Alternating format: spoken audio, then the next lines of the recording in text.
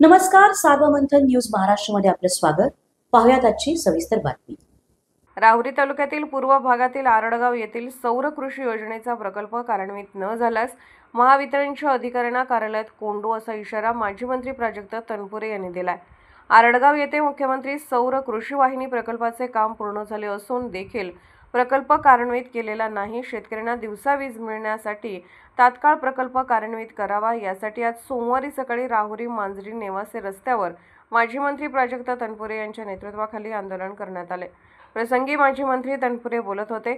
आरडगाव सौर ऊर्जा प्रकल्प कार्यान्वित झाल्यास शेतकऱ्यांना दिवसा तास वीज मिळेल आणि त्याचा त्रास कमी होऊन मोठा दिलासा मिळेल. मात्र स्वतःला शेतकऱ्याचे कैवारी म्हणवणारे महायुती सरकार असंवेदनशील असून येत्या 10 दिवसात आरडगाव येथील सौर कृषी योजनेचा प्रकल्प कार्यान्वित न झाल्यास महावितरणच्या अधिकाऱ्यांना कार्यालयात कोंडून तीव्र आंदोलनाचा इशारा प्राजक्त तनपुरे यांनी दिला आहे.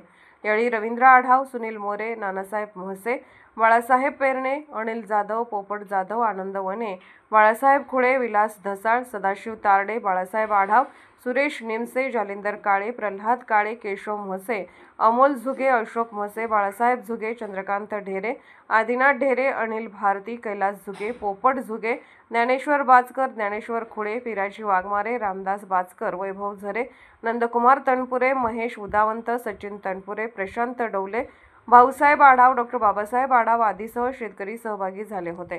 सार्वमंथन न्यूज महाराष्ट्र, राहुरी, अहिल्यानगर.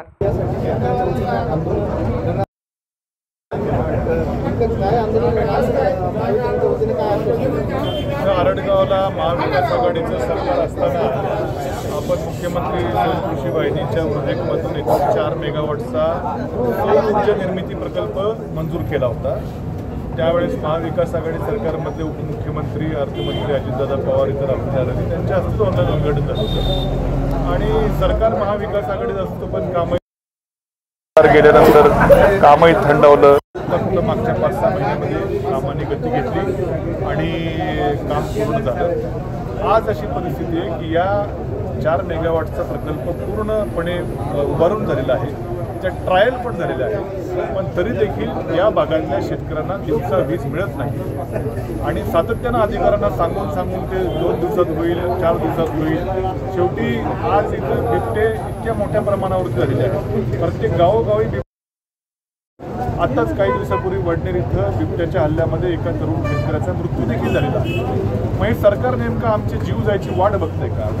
नेमकं शेतकऱ्यांना बिबट्यानी बळी, आणखी किती बळी हे सरकार बघणार आहे? आणि मग प्रकल्प पूर्ण होऊन देखील जर दिवसा वीज त्या ठिकाणी मिळत नाही, मग हे सरकारचं सक्षम अपयश आहे. त्यांनी आता आम्हाला सांगितलं की 31 मार्चच्या अगोदर हे आम्ही पूर्ण करून शेतकऱ्यांना दिवसा वीज देऊ, असं लेखी आश्वासन महावितरणच्या अधिकाऱ्यांकडनं घेतलेलं आहे. आणि त्याचबरोबर लोड शेडिंग देखील चालू आहे. मला आठवतं महाविकास आघाडी सरकारच्या काळामध्ये कोळशाचा शॉर्टेज जेव्हा होतं, काही कोळसा पावसामुळे भिजला होता, अशा चढ्या भावानं वेगळ्या राज्यातून चढ्या भावानं वीज घेऊन या राज्याला कधी लोड शेडिंग आपण होऊ दिलं नव्हतं. पण आज मात्र त्या अधिकाऱ्यांनीच कबूल केले की 1-1 तास शेतीचं लोड शेडिंग चालू आहे. म्हणजे 8च तास जी दिवसा वीज मिळते तिच्यात देखील लोड शेडिंग चालू आहे. हे या सरकारचं मोठं अपयश आहे. तर हे कुठंतरी पैसे वाचवण्याचं काम चालू आहे. एकीकडे सांगायचं की आम्ही शेतकऱ्यांना फुकट वीज देतो, त्याकरता पैसे देतो, पण इथं मात्र 1-2 तास त्याच्यामध्ये बंद करायची आणि ते पैसे दुसऱ्या मार्गाने वाचवायचं देखील काम सरकारचं चालू आहे. म्हणून तातडीने हा प्रकल्प 31 मार्चच्या आतमध्ये हा चालू करून आरडगाव आणि परिसरातल्या शेतकऱ्यांना दिवसा वीज सरकारने द्यावी ही आमची मागणी आहे. राजकीय हस्तक्षेपामुळे कुठेतरी हा प्रकल्पाला आडकाठी येते काय होतं ते मला माहीत नाही. आता काय त्यांची कारणं असतील मला माहीत नाही. उद्घाटन करायचे तुम्ही तुमच्या हातून करा, उद्घाटन करा, त्याच्याबद्दल आमचं काय म्हणणं नाही. परंतु हा प्रकल्प जो पूर्ण झालेला आहे का तो फक्त महाविकास आघाडी सरकारच्या काळात झाला आहे म्हणून त्याचं उद्घाटन होत नाही का, म्हणून चालू होत नाही का, मला माहीत नाही काय नेमका विषय. तर आमची एवढीच मागणी आहे की आता राजकीय काय याच्यामध्ये न बघता या भागातल्या शेतकऱ्यांना दिलासा देण्याकरता 8 तास दिवसा अखंड वीज देण्याकरता आणि रात्रीचं शेतातून बिबट्यांच्या हल्ल्यातून वाचण्याकरता हा प्रकल्प लवकरात लवकर चालू होणं गरजेचं आहे. दिलेलं आश्वासन पूर्ण झालं नाही तर काय पुढची आंदोलनाची भूमिका राहील? दिलेलं आश्वासन पूर्ण झालं तर आता मात्र हे शांततामय मार्गाने आम्ही केलं. आम्ही मात्र 31 मार्चला जर झालं नाही तर यांच्या महावितरणच्या अधिकाऱ्यांना कोंडून त्या ठिकाणी आंदोलन करणार, मग ते दिवसा विजेसाठी करणार, सिंगल फेज लाईटसाठी देखील करणार.